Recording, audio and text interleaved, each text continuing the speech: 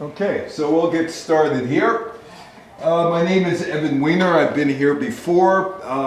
Devin asked me to do women in sports. We were going to do Pearl Harbor the other day, not celebration, the anniversary of it. But so let's do this one. And there are only women here.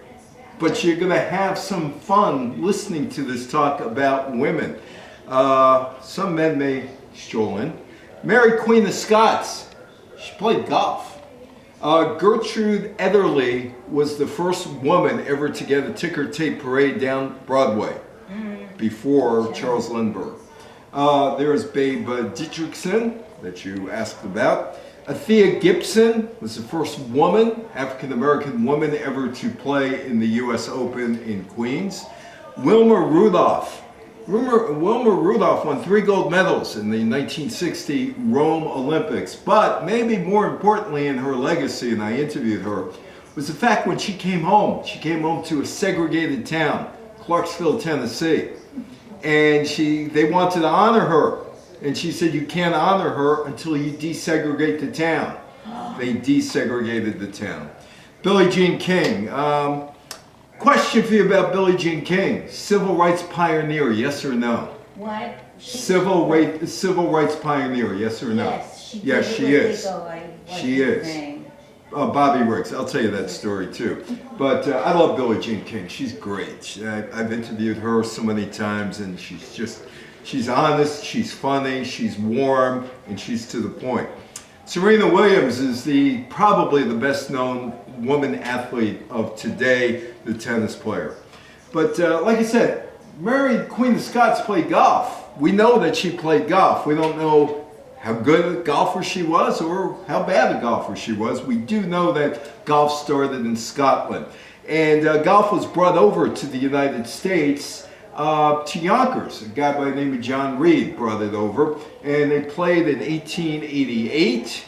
In February, and then the blizzard of 1888 kind of stopped golf in the United States for about 6 weeks.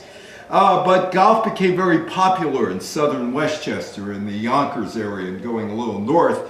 And these robber barons, or these guys who would be billionaires now, like Vanderbilt, and they played golf in Westchester.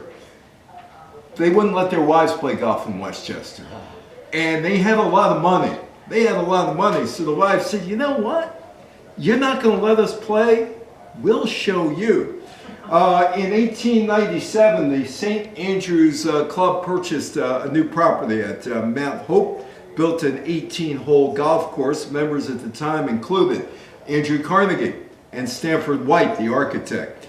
Jack Nicklaus would redesign that course in 1983, and if you're familiar with Westchester, it's off Jackson Avenue near Scarsdale.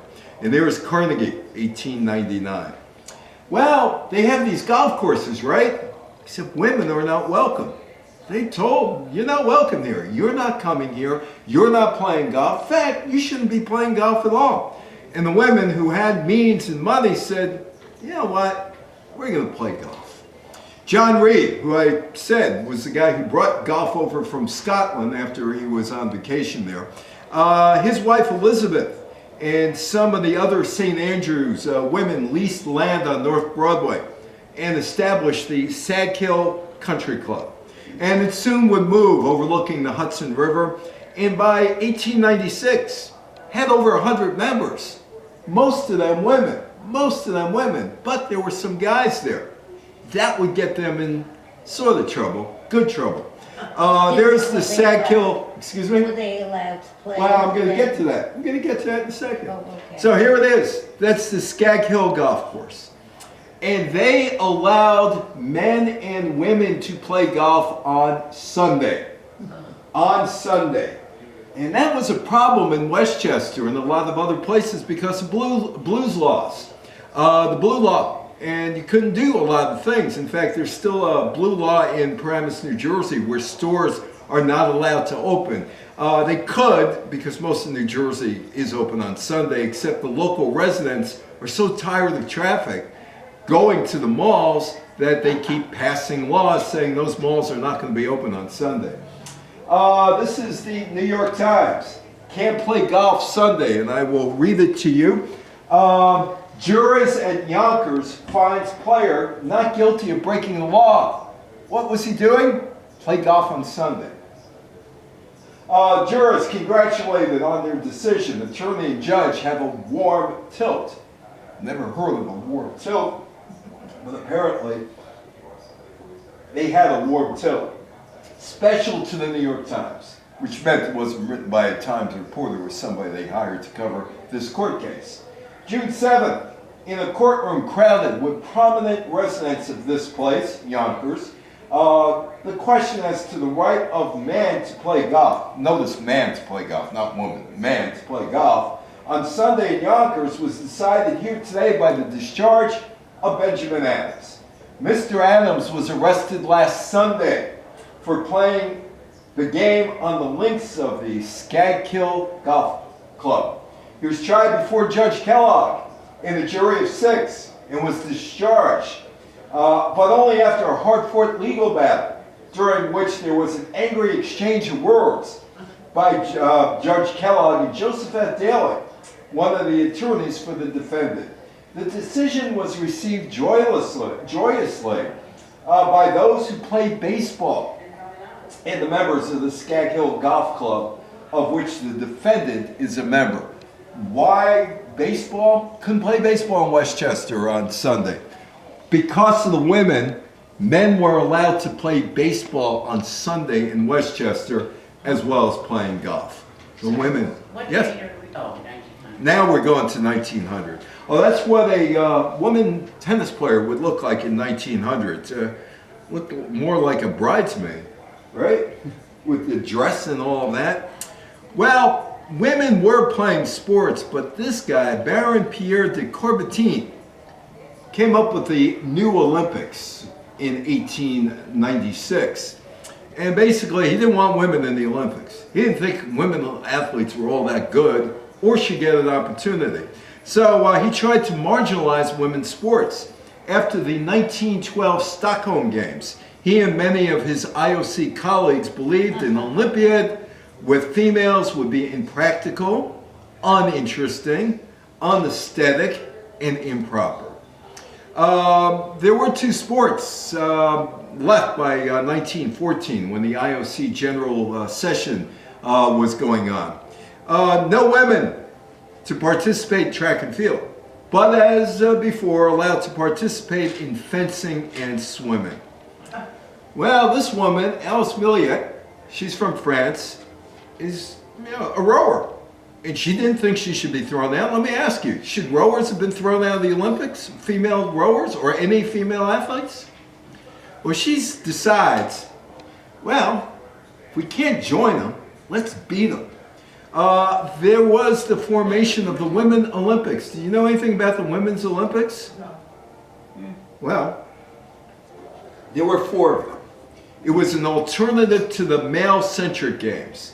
The first one, Paris, 1922. Second one, Gothenburg, Sweden, 1926. Prague in 1930 and London in 1934. The participants came from North America, West Europe, and Japan. New York Times covered the 1922 Paris Female Olympics. This is what they said about it. The Olympics was notable for the development of women athletes in all branches of competitions fitting to their sex. Remarkable progress was made by them. And almost overnight, they assumed a place of great prominence in the world of athletics. It was successful, very successful, while the men threw the women out of the Olympics. And the men would throw women out of soccer as well. Go back to 1914. World War I starts. The United States got involved with World War I in 1917. Guys are off to fight. France, Britain, fight the Germans. So who's in the munitions factory? Women. Women. This was Rosie the Riveter before Rosie the Riveter, at least in England. So the women are there. And they take the place of the men, and the women are allowed to use the soccer fields that the men left behind for recreation. There was one place called Dick Kerr and Company. It was Preston, England. It was a locomotive and a tram car manufacturer that converted to munition production at the outbreak of World War I. The female workers got onto the soccer field. And guess what? They could play. They showed an ability to play soccer. Dick Kerr's ladies beat rival factory Arundo Courthart 4-0 on Christmas Day 1917. But what's more notable about it, 10,000 people watched their game at the Preston North End's Deepdale Stadium. On Boxing Day, that's December 26th, Boxing Day, the day after Christmas, 1920, 53,000 people watched Dick Kerr's ladies beat St. Helens ladies 4-0. This is a problem. The women are becoming far too popular. You have 53,000 people watching a women's game. And the men are saying, hey, wait a minute. This isn't right. You can't have 53,000 people watching a women's game. Well, these are Dick Kerr's ladies. It looks more like a prison uniform, doesn't it? But anyway, that's Dick Kerr's ladies. And the woman in the middle, the front row, Lily Parr, she's the star. She's probably the greatest female soccer player of all time. She smoked cigarettes on the sidelines, cursed like a man, but she was good. After the war, Dick Kerr's ladies played matches to raise money for the National Association of Discharged and Disabled Soldiers and Sailors, and they won most of their games. And Lily Parr was the star. She was the star. 1921, think of this, 1921, Dick Kerr's ladies was at their popularity peak. Lily Parr was the football star, and the team regularly attracted tens of thousands of fans to more than 60 games a year. Also, you got to remember what's going on in the world. Women get the right to vote in 1920 in the United States. Women are progressing as equals in society. Can't have that, at least in England. Parr started her Dick Kerr career at the age of 14. She scored 43 goals her first season. The team played 828 matches. They won 758, drew 46, lost only 24. It is estimated they scored about 3,500 goals, and Parr scored about 1,000 of them. But all things have to come to an end, right? All things must pass. And in England, the men decided, it's it. We don't want any more women's soccer. We just don't want it. And they got some doctors to prove why women shouldn't be competing. On December 5th, 1921, Football Association, the governing body of English football, but literally the governing body of all football or soccer around the world, had enough of the women playing the game. The FA told women to play soccer on a recreational level. We're not going to supply more referees to officiate your matches. It's not ladylike. Look at them. It's not ladylike, right? It's not ladylike. The FA concluded women should not be playing football or soccer because it was unsuitable for females and ought not to be encouraged. The FA found doctors who said that soccer posed a serious physical risk to women. The men running the FA barred women from playing at the highest levels, and that would remain the policy for nearly 5 decades, till the late 1960s. 1969, women's liberation, right? Betty Friedan, Gloria Steinem, Bernice Sandler, and the whole Bella Abzug. By the way, Bella Abzug, when she was Congresswoman, her chief of staff was my aunt, Pearl Berkowitz. Just want to throw that in. Name drop, right? I can tell you my other cousin is Jerry Stiller. Remember him from Stiller and Mirror? Yeah, that's a cousin. She was my aunt. Anyway, 1969, as women's liberation and protest accelerated globally, the Women's Football Association was formed. By the way, women in Switzerland didn't get the right to vote until 1971. No. 71. So it's back on the pitch for these women in the late 1960s. The FA bowed to pressure and ended restrictions on women playing at its stadiums in 1971. 5 decades. That started the modern age of women's soccer. I don't think anybody here has ever heard of the name Edith Cummings, have you? first athlete ever to be on the cover of Time magazine. And she was a golfer. In the early 1920s, she was in the Chicago area. American golf champion Edith Cummings became the first female athlete on the cover of Time. Gertrude Ederle proved a woman could be the man in one of the most physically demanding swims in the world, the English Channel. Cummings, tennis players don't dress like that anymore. Somehow, somewhere along the way, she meets up with F. Scott Fitzgerald, which is an important part of this story here. She grew up around the golf course, Lake Forest, Illinois. One of her first tournament victories was at the age of 17. Her brother Dexter captured the intercollegiate title twice in the 1920s. Her 1924 victory at the Women's Weston Amateur made her famous. Time magazine featured her on the cover of its August 24, 1924 issue. First for a female athlete. So she friends F. Scott Fitzgerald, and she ends up in this book. You ever read this book? The Great Gatsby? She becomes a character in The Great Gatsby. F. Scott Fitzgerald modeled his character in The Great Gatsby, Jordan Baker, a female golf champion, directly after Cummings. He had met her through Ginevra King, the inspiration for Daisy Buchanan. So here you got a golf champion who is real, who is in The Great Gatsby. First woman superstar, Gertrude Ederle. First one. How many of you know the story of Gertrude Ederle? Nobody. Gertrude Ederle? First woman superstar. Born in October 1905. She learned to swim at the local New York City public pool and the New Jersey beach.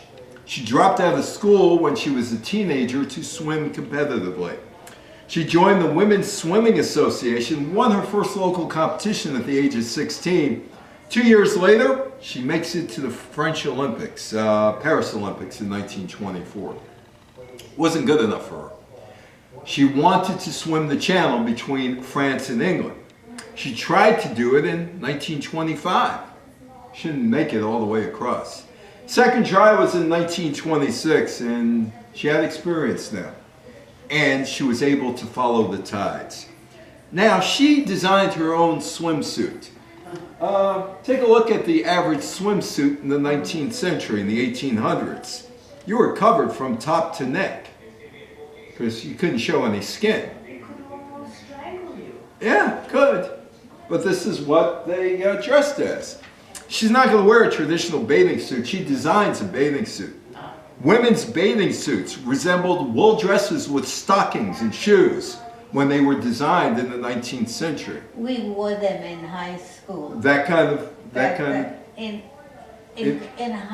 high school you wore that kind of bathing suit? To swim in their pool. Yeah, I mean you were covered from top to bottom. Well, not to bottom. Like but this. You mean like Annette Kellerman. You know the story about Annette Kellerman? She was an actress. She might have been the first porn actress too. Boy, did they itch. Wearing skimpier suits could be illegal. In 1907, police at Boston's Revere Beach possibly arrested an Australian swimmer by the name of Annette Kellerman. No, Annette. For wearing a one-piece suit that showed her bare legs. Wow. You couldn't show your bare legs. However, there's no official arrest record available, which means it may have not happened, but it's a great story. There is Gertrude Ederle in the English Channel, and she does the swim on August 6, 1926. By the way, getting back to Annette Kellerman, she was an actress, and it is said that she was the first woman ever to take her clothes off for film. Annette Kellerman. So that story might be true, might not be true, but it's a good story anyway. August 6, 1926, Gertrude Ederle becomes the first woman to swim the English Channel. Five men previously were successful. That was it. Her challenges included quickly changing tides, 6-foot waves, frigid temperatures, lots of jellyfish. She made it across. Not only did she make it across, she beat all of the records established by the 5 men previously who did the full swim. She does the 35 miles in 14 and a half hours. And she is a conquering hero. So much so, she gets a ticker tape parade down Broadway. The first woman ever to get a ticker tape parade down Broadway.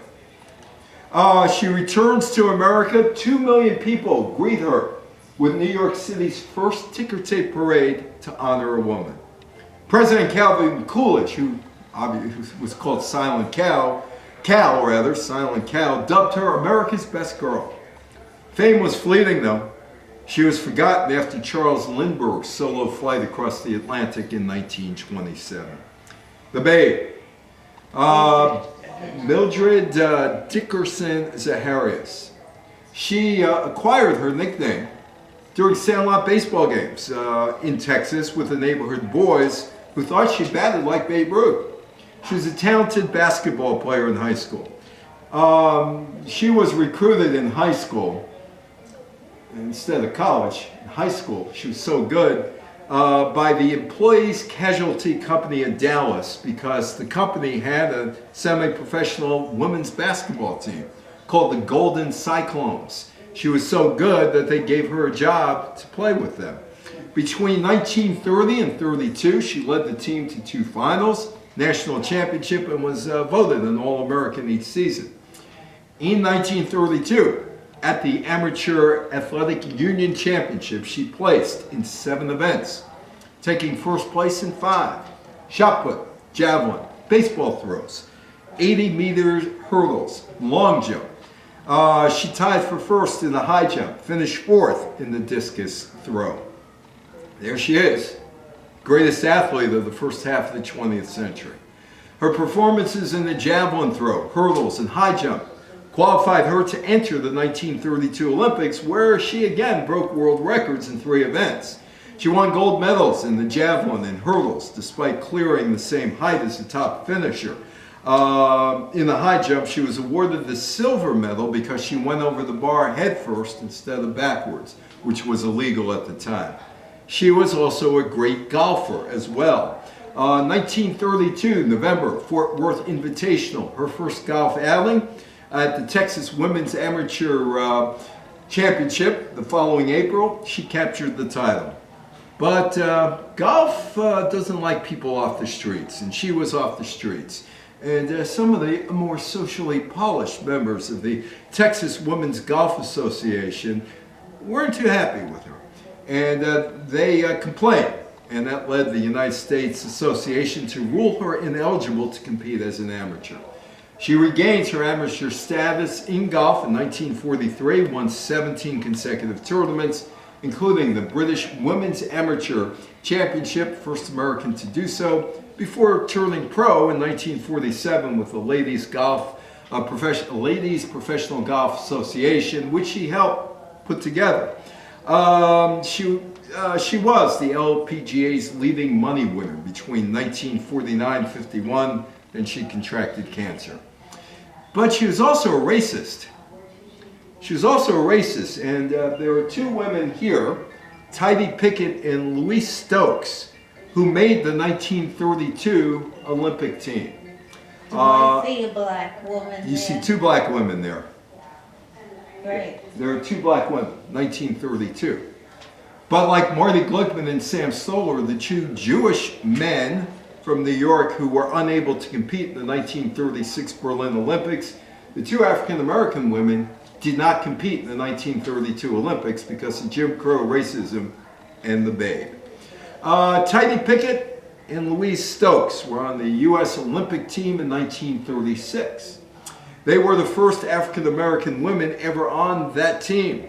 When Pickett ran the 800 meters in Berlin in 1936, she became the first African American woman ever to compete in the Olympics. But it should have happened in 1932. After the United States Olympic trials, Pickett competed in the 100-meter dash, winning her heat. placed third in the semifinal. She qualified for the final where she placed sixth. She was named to the American Olympic team as part of an 8-woman 4x100 meter relay pool. And there is Pickett. Louise Stokes was also part of the pool. And they were the first two Americans, or first African American women, ever to be selected for the Olympics. But both of them were left out of the final 4 women relay team that ran the Olympics. Here is Stokes. Why? Jim Crow. Jim Crow America. Stokes and Pickett were the first 2 African American women to qualify for an Olympic team, but the coach, George Vreeland, selected only white women for the final relay team. And it was after an ice water incident on the train going to Denver en route to Los Angeles that this happened. The 2 women were sleeping in the train's bunking compartment that they shared. Stokes on top, Pickett on the bottom. One of the most well-known women in sport, Mildred Babe Dickerson, tossed a pitcher of ice water on the sleeping teammates. The Babe was opposed to having Negro athletes on the team. When the Olympic team stopped in Denver on the train on the way to Los Angeles, Stokes and Pickett were given a room separate from the rest of the team near a service area on the upper floor and were served dinner in their rooms rather at the banquet for the team. They sat and watched while American women set a world's record in the 400-meter relay and won the gold medal. They didn't compete because of the pigment of their skin. By the way, Louise Stokes ended up in a book. It's called Fast Girls by Elise Hopper.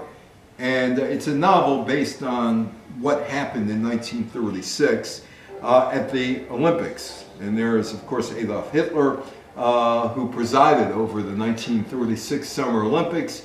Americans sent athletes to Berlin because Franklin Roosevelt felt athletes shouldn't be involved in a political struggle.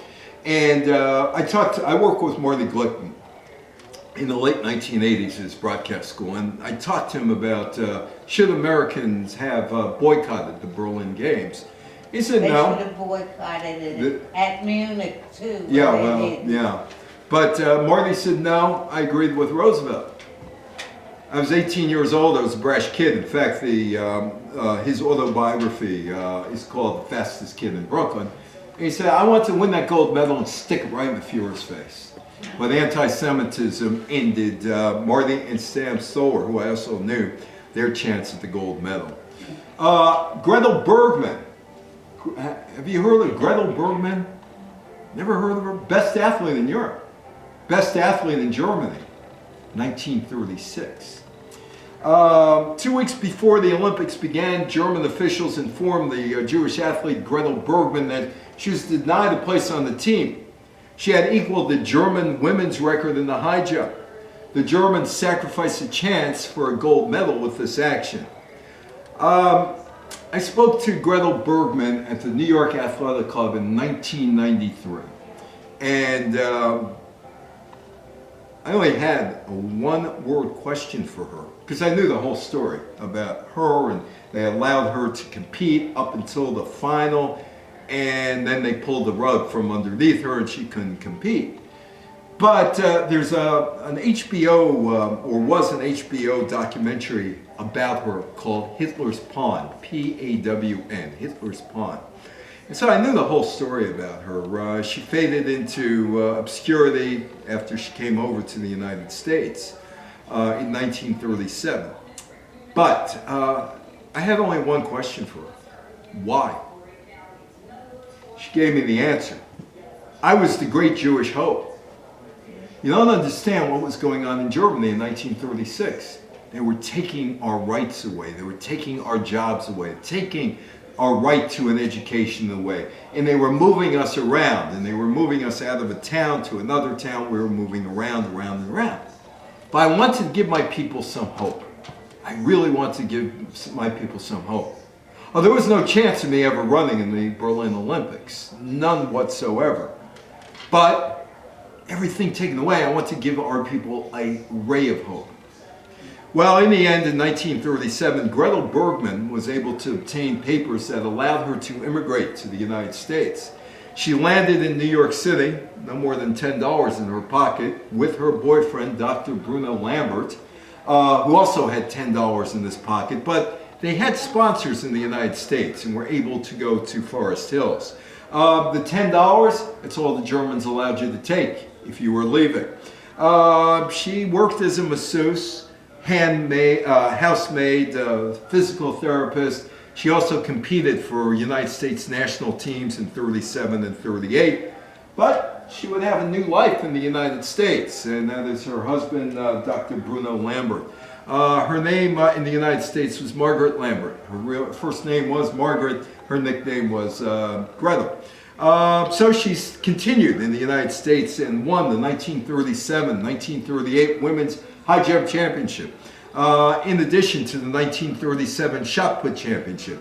She married Bruno Lambert in 1938. She became a citizen in 1942.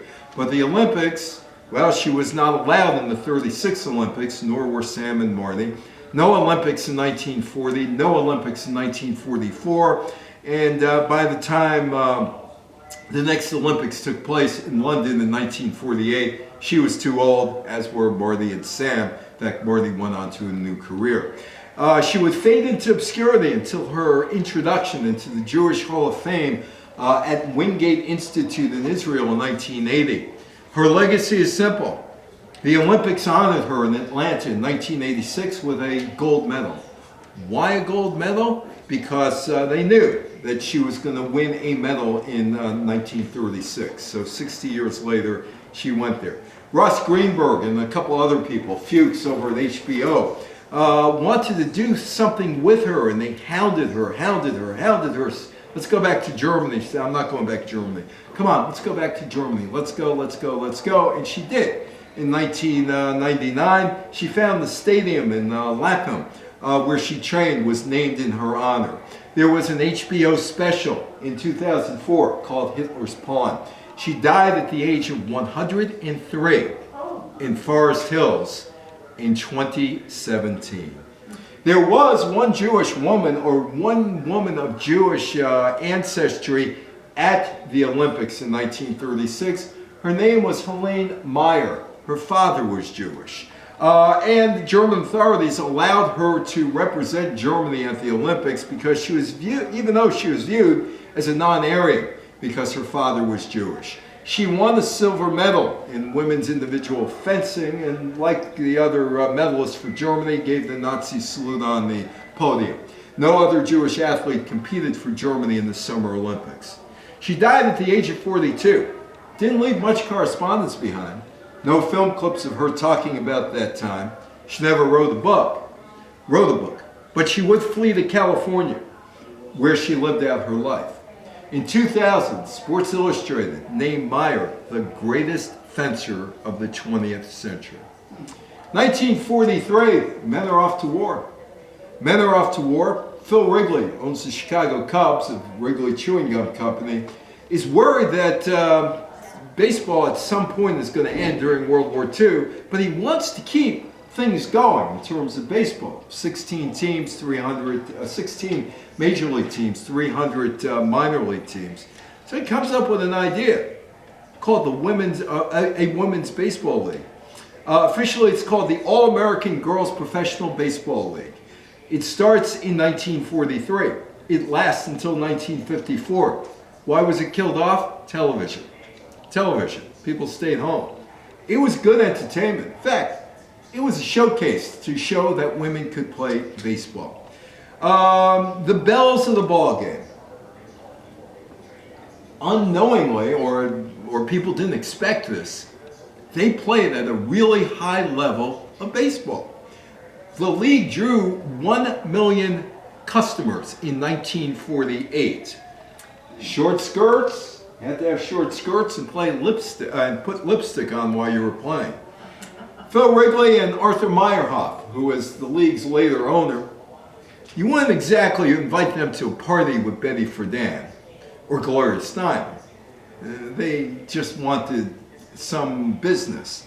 The team names include the Milwaukee Chicks. I'm not sure you could have that team name today and be politically correct. The Fort Wayne Daisies, the Rockford Peaches, Rockford Peaches would be in the movie League of Their Own. Players were required to embody the highest ideals of womanhood. What does that mean? The highest ideals of womanhood. You have any idea?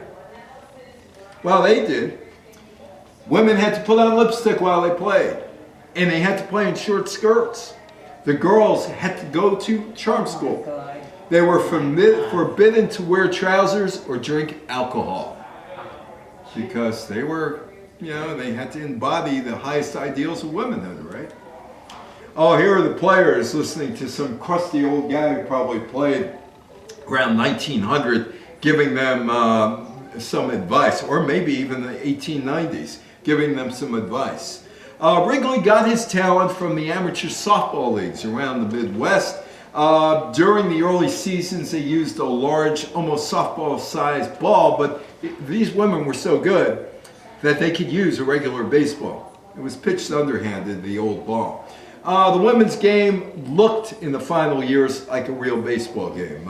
Smaller ball, overhand pitching, and all of that. But people lost interest in the league because all of a sudden, after 1952, you had all these TV stations starting, and people stayed home and watched TV. After the All-American League, the players were limited to recreational softball leagues. They had nowhere to go. It was done. But there was a documentary that was on PBS, and it was called A League of Their Own. A League of Their Own, the documentary done by Kelly Candell. And I know her brother, Casey Candell, who played Major League Baseball with the Montreal Expos. And I said, did your mother influence your career? He said, yeah, she taught me how to hit. The movie that came out in the mid-1990s, Tom Hanks played the character as the manager who played Jimmy Fox, who was the great Major League Baseball player in the 30s who managed in that league, where he says, there's no crying in baseball. Madonna's in the movie, Rosie O'Donnell's in the movie, Gina Davis is in the movie. And it was a successful movie. Althea Gibson was a great tennis player. A great, great tennis player. She had one thing going against her. Skin pigmentation. You know, we were in Colorado when they were having the playoffs for the women's baseball league. And as we were watching the game, my husband was truly amazed because they could only pitch it underhand. Yeah. And he said he could, and my husband was a good athlete. He said he don't think he could have hit even one of them. Yeah. Because they were so Jeannie good. Fish, that was the women's college Yeah. tournament. Yeah. Althea Gibson was worthy of an invitation to the U.S. Open. Four-time national champion Alice Marble weighed in with a letter that appeared in the July 1950 issue of American Lawn Tennis magazine, noting that a committee member had told her Gibson would be judged on her performance in an invitational tournament, to which she wasn't being invited. This is what she wrote. Miss Gibson is over a cunningly wrought barrel. She's not being judged by the yardstick of ability, but by the fact her pigmentation is somewhat different. She's a fellow tennis player, and as such deserving of the chance to prove herself. Gibson won the 1957 Wimbledon Championship. Wilma Rudolph.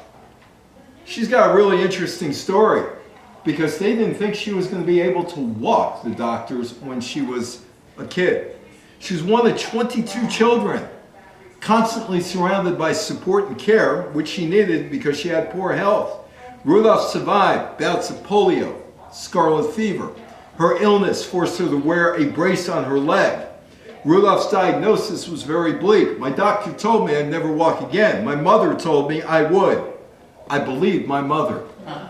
At the age of 6, she began to hop on one leg.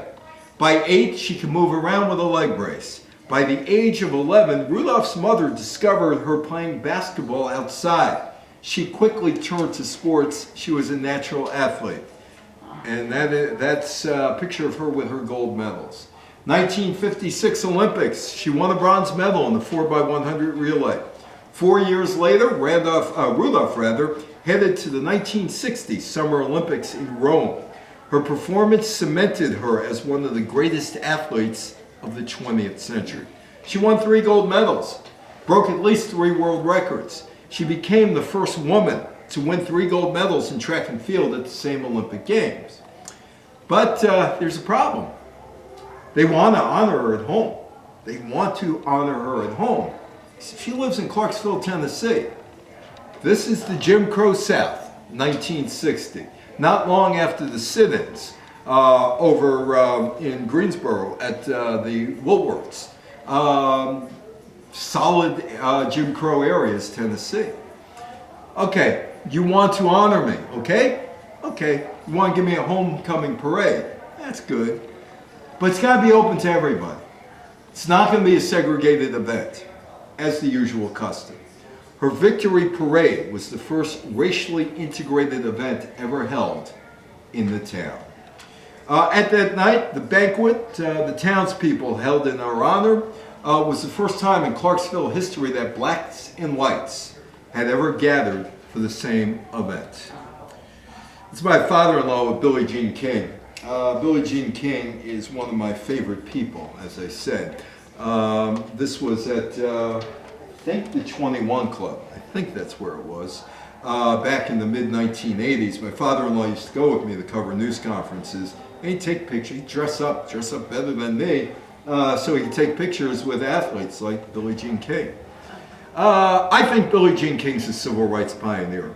She's not up there with A. Philip Randolph or Martin Luther King, or even Betty Friedan in some ways, although she is up there with Betty Friedan. I mean, she actually walked the walk. Her role in the civil rights movement for women in the 1960s was clearly defined. She pushed for equal prize money in the men's and women's matches after winning the U.S. Open in 1972. She was paid $15,000 less than the men's champion, Elena Stasi. She threatened to sit out the 1973 Open if the prize money was not equal by the following year. 1973, the U.S. Open became the first major tennis tournament to offer equal prize money for men and women. Well, she was aggressive in the 1960s, and she was part of the sea change that culminated in the law that was passed, Title IX. Title IX of the 1972 educational amendments changed women's sports and opportunities for women in education. Let's talk about the Boston Marathon, 1967, because Billie Jean King is not the only pioneer. There are others. Catherine Switzer grew up as the daughter of a major in the United States Army, so failure was never really an option for her. While studying at Syracuse University, one of the coaches told her that a fragile woman couldn't run the Boston Marathon, so she trained in secret, entered the race. That's Big Tom Miller, her boyfriend at the time. And I don't know if you could see Jock Semple all that well. This is the guy who ran the Boston Marathon, Jock Semple. What were they doing? Are they pushing? Yeah, that's what Jock Semple's doing. He's going to push her down into the cement, which she could have gotten injured. I mean, she could have hit her chin, broke a jaw, broke some teeth, broken nose, broke wrist, bracing her fall. But this guy next to her is about 6'3" and 235. And the only reason he ran the marathon is that if she could run it, I'm going to try to run it. And he ran with her. People who worked for the marathon tried to physically pull her out of the race. When race official Jock Semple tried to remove her from the race, her boyfriend, Big Tom Miller, 235 pounds of him, nationally ranked hammer thrower, who was also running the race, pushed Semple to the ground. Oh yeah, she finished the race in a time of 4 hours and 20 minutes. Title IX, Patsy Mink, Congresswoman from Hawaii, who could only play basketball in high school in 1944 at Maui High School, 48-foot court, because women were too dainty to run and too weak to run 96 feet. So he played half court. And that's Edith Green, the two mothers of Title IX, and the ally, Senator Ted Stevens of Alaska. Title IX, Birch Bayh, also an ally who got it through the Senate, Democrat from Indiana. Patsy Mink had ability. Patsy Mink was the first female president of the student body at Maui High School. She became the valedictorian of her graduating class in 1944. She played basketball, half-court basketball, because it was too taxing for women high school students to run up and down the court. Title IX. No person in the United States shall, on the basis of sex, be excluded from participation in, be denied the benefits of, or be subjected to discrimination under any education program or activity receiving federal financial assistance. June 23rd, 1972, Nixon signs it into law. It was designed not for sports. It was designed to give women an equal opportunity for education. There were only about 7% of law school were women, about 9% of med school were women, and now that number has flipped totally. But also changed women's sports. Men no longer got 95% of the dollars earmarked for sports, which caused great friction in the men's coaching fraternity because the men think that too many sports have been lost because women had to get money or scholarship money. Yes? Did you mention that Patsy Mink was a member of Congress? Yes, Congresswoman Patsy Mink. And active, very active.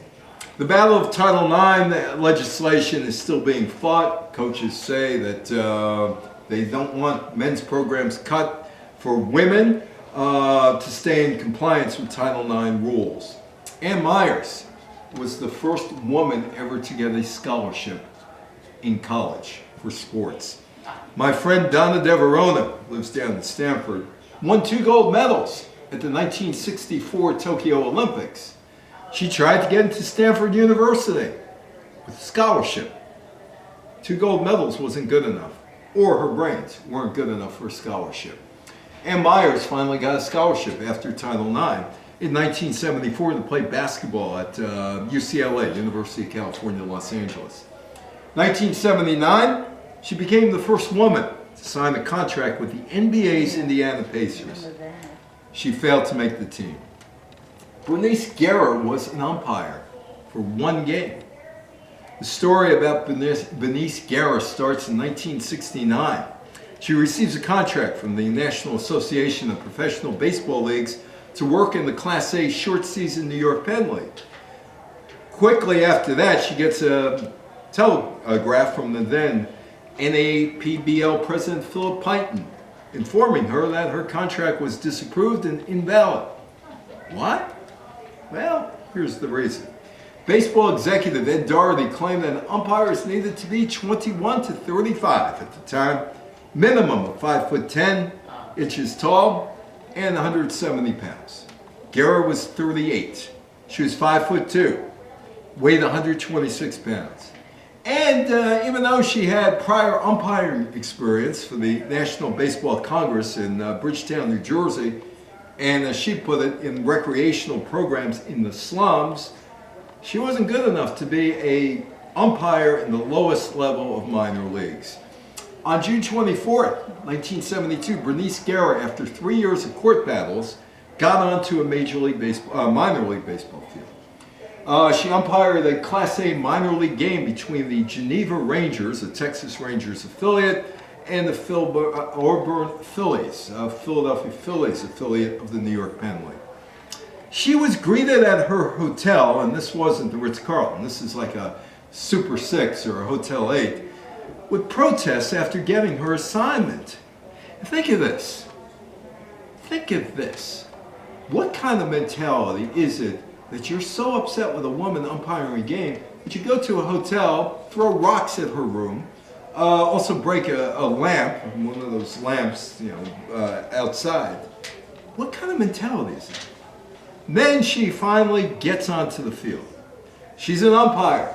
In the minor leagues, there are 2 umpires. There's one at home plate, there's one at second base, covers the field. So she's berated after making a call, reversing a call, by the Auburn manager Nolan Campbell for reversing a call. She resigned between games of a doubleheader, citing lack of cooperation from her fellow umpires.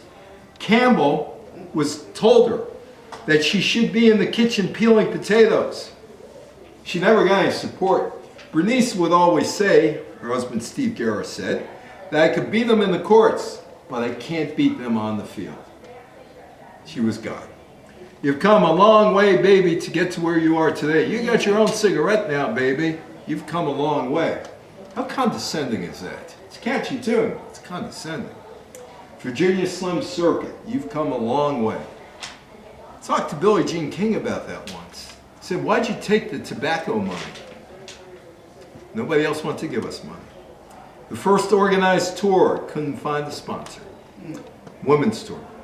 Despite the 1964 Surgeon General's report that cigarette smoking was harmful to a smoker's health, the only company willing to put up money was Philip Morris for the Virginia Slims brand.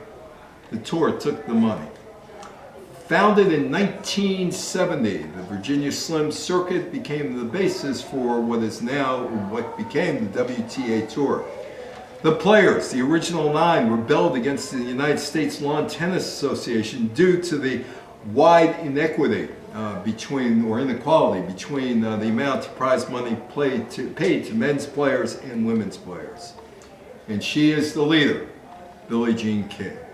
The 9, Billie Jean King, Rosie Casals, Nancy Ritchie, Peaches Barkowitz, Kirsty Pigeon, Valerie Ziegenfuss, Julie Heldman, Carrie Melville Reed, and Judy Taggart Dalton. All of the players were putting their careers at risk. They were told, excuse me, they were told if they played in a tournament, sorry about that, played a tournament in Houston, that they would never be able to play again.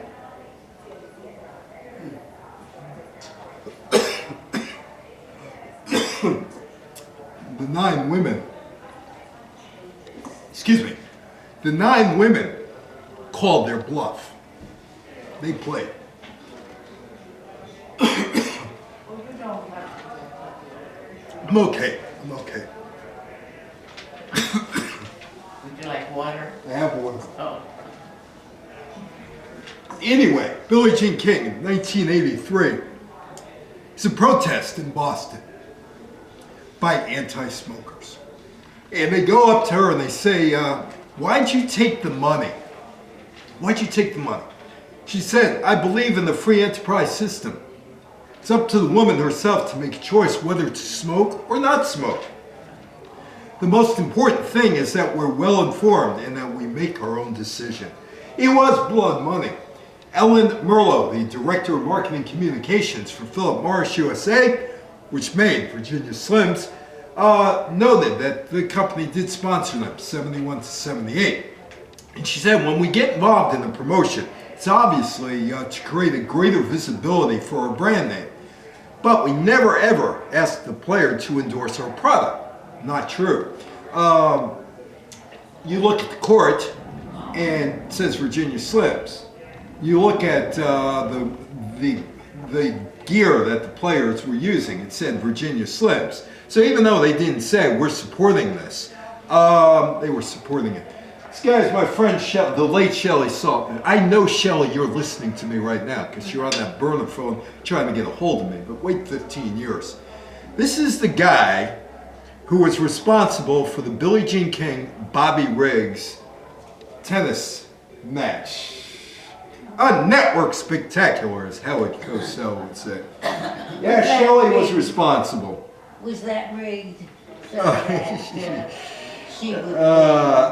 I can't tell you that. I can't tell you that at all. But I can tell you his stories, because he ran it. It's September 20th, 1973. The Battle of the Sexes. More than 30,000 fans file into the Houston Astrodome with celebrities like Salvador Dali mingling with what appeared to be aliens wearing tuxedos. The Cleopatra entrance. Shelley's trying to really goose this thing up. And he comes up with this idea. I'm going to go to Rice University, and I'm going to get 4 track and field stars, or 4 track and field members of the team. and we're going to carry Billie Jean King in Cleopatra style, hence the Cleopatra entrance.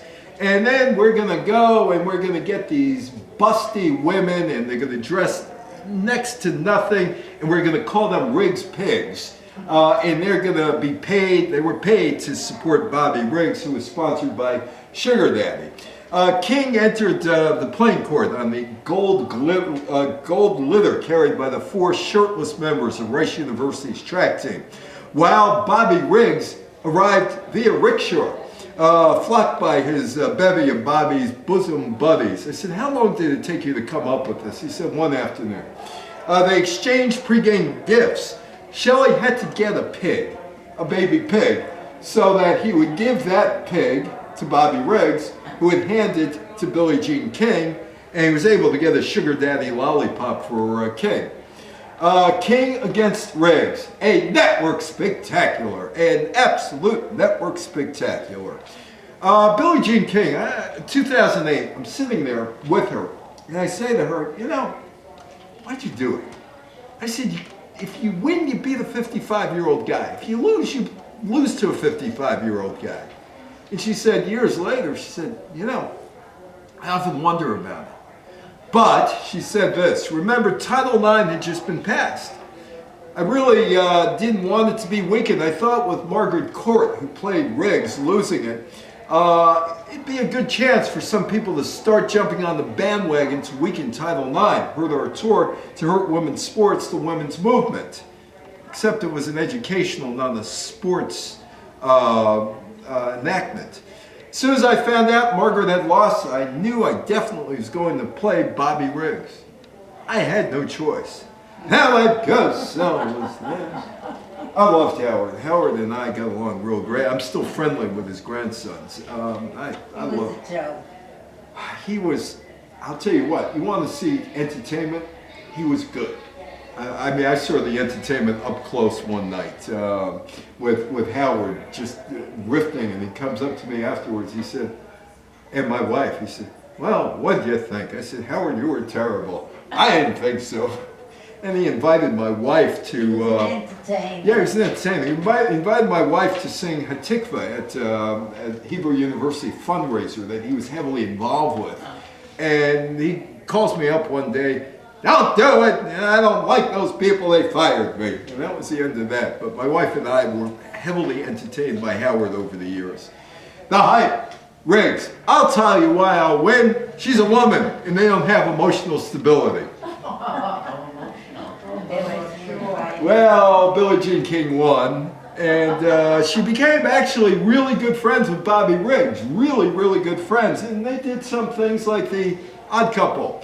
Oscar Madison. This is where Bobby Riggs tricks Oscar Madison into all kind of things that Oscar can't perform. And it comes down to a table tennis match at the end. And of course, Billie Jean King is there, and Bobby Riggs gives up, and Oscar is free. Something new.